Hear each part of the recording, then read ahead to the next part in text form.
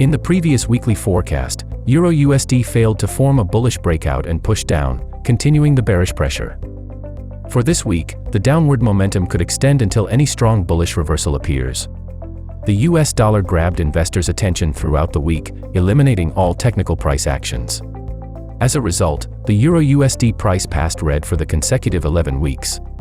The overall market direction is still bearish in the weekly timeframe as the recent price trades below all moving averages.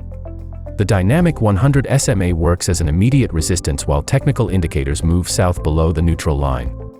As per the current reading, the RSI remains at the 37 level, suggesting more downside pressure.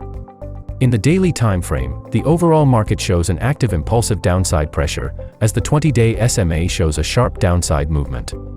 Meanwhile, the momentum indicator continued pushing down at the negative zone, while the RSI showed bearish pressure by remaining at the oversold zone. Based on the EURUSD weekly time frame, 1.040 is the crucial level to look at, which would be the primary target of the existing downside pressure. Below this level, the next support is at 1.0340. On the other hand, a strong bullish recovery should come with a daily candle above the channel resistance could indicate a trend change, targeting the 1.073 level.